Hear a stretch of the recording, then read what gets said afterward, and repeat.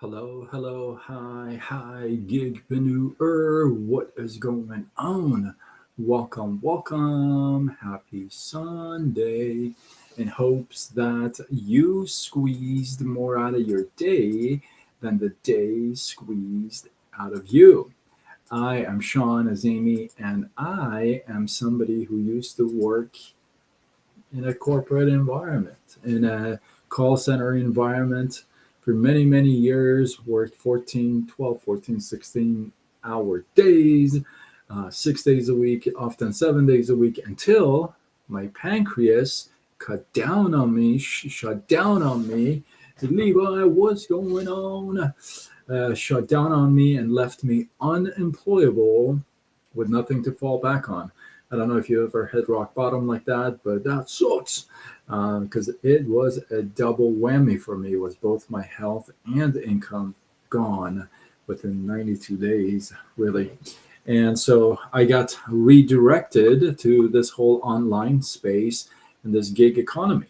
And now I help folks just like you, just like me, to start a side gig online, and we grow it using social media. If that resonates with you, whether you've been thinking about it, you're curious or serious, drop the word me in the comments, and I'll get back with you after this live, and we'll see what we can do together. So let's go. Tonight, I got a little story for you tonight, and you guys know I love stories. As a farmer who digs dirt every day, every morning. I was watching all the war news, hopping into the planet war results. Oh man, Levi, what's going on? Yeah, the world is kind of chaotic right now. It's crazy. So a farmer digs dirt every morning and goes to the marketplace and sells it.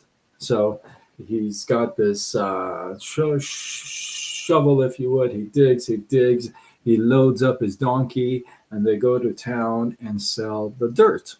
Well, one day when he's doing the same thing, he hits this little stone of a thing.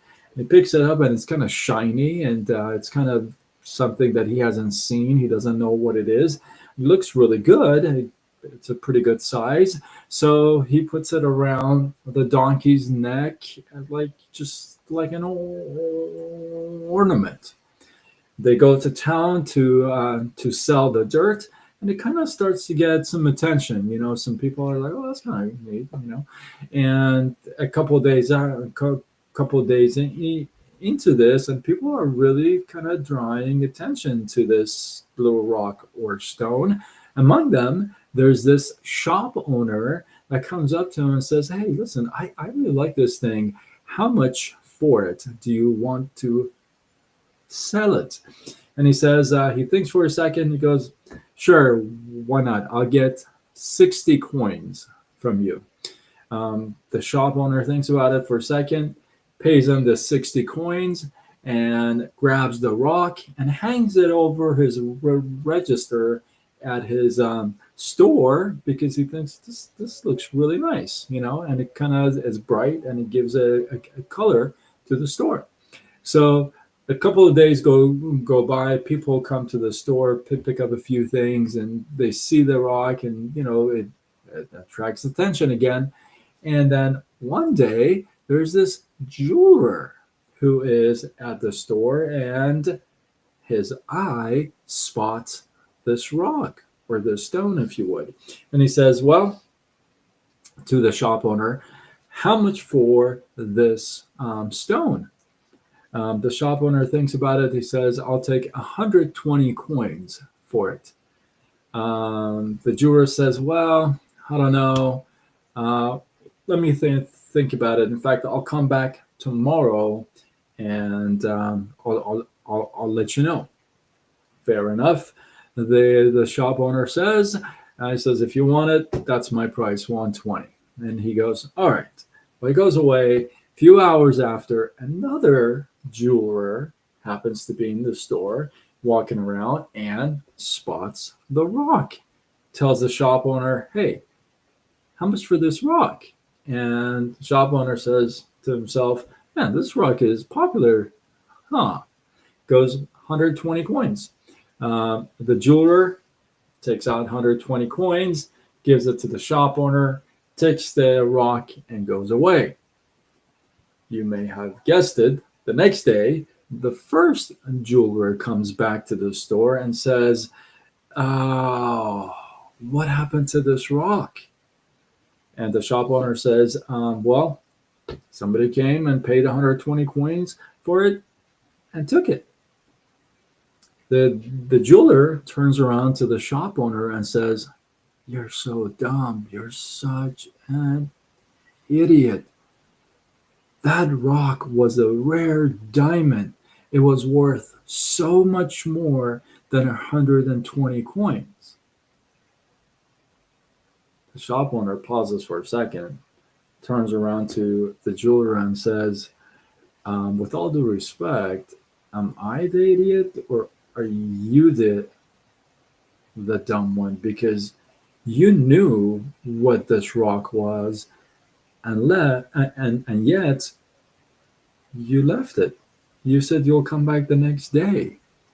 If you knew how good it was, why didn't you take it yourself? Moral of the story.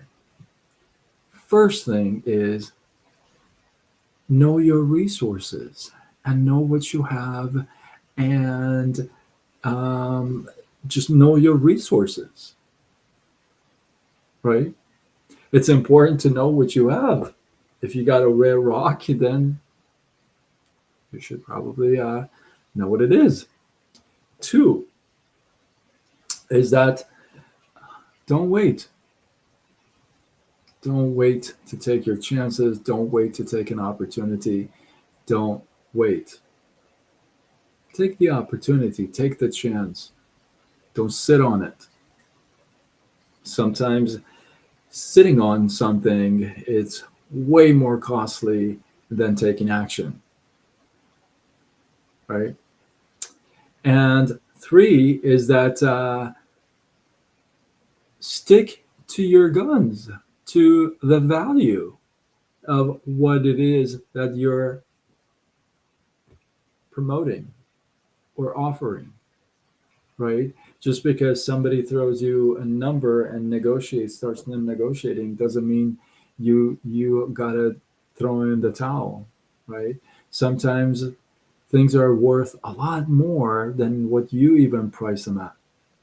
So it's important to know your resources, know your products, don't sit on them, don't wait, take the opportunity, take the chance. Sometimes you come back and it's no longer there. And that's how many times that has happened to you.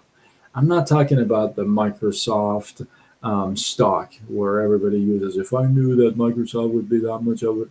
Listen, I'm talking about small little things that every one of us have in their lives weekly, monthly, yearly. Some of the opportunities, the chances that you should have taken, you didn't, and now you kick yourself for it. Those ones, the small ones. I know we all have those. And the funny thing is we don't learn from them. We still like to sit on things and wait on opportunities and wait on the next ride and wait on the next one, next day, next hour. But why? When you already know, you already know. Hopefully, this will be a reminder for you not to sit on ideas, actions, opportunities, and for you to act and know the resources and know what's going on. With that, hopefully, you guys got some love, some inspiration, some value. I appreciate you. Drop your thoughts, your comments, your feedback below. Let this feed grow. If you're not following me, you have the opportunity. You can, if you like to, on all my platforms: Facebook, Instagram, TikTok, YouTube, X, LinkedIn, Threads. And I go with Side Gig Sean. If you feel like this is worthy of sharing, you know somebody that could get some value from this, why not tag them? Let's go. tag them, share this with them, and spread the love, as they say. With that, I am Sean Azimi. I'm somebody who was a corporate guy working in a call center environment many, many years, 12, 14, 16-hour days, 6 days a week, often 7 days a week, until my pancreas quit on me, left me unemployable with nothing to fall back on. Like I often say it, I don't know if you've ever been in that situation, but it sucks because it was a double whammy for me. It was my health and my wealth, well, my income that were gone within 92 days. So I got redirected to this whole online space, to this whole gig economy. I didn't know anything about it. And now I help folks just like you, just like me, to start a side gig online and use social media to grow it. If that resonates with you, drop the word me in the comments. I'll get back with you after this live. With that, I'm signing off until tomorrow when we do it all over again. Much love.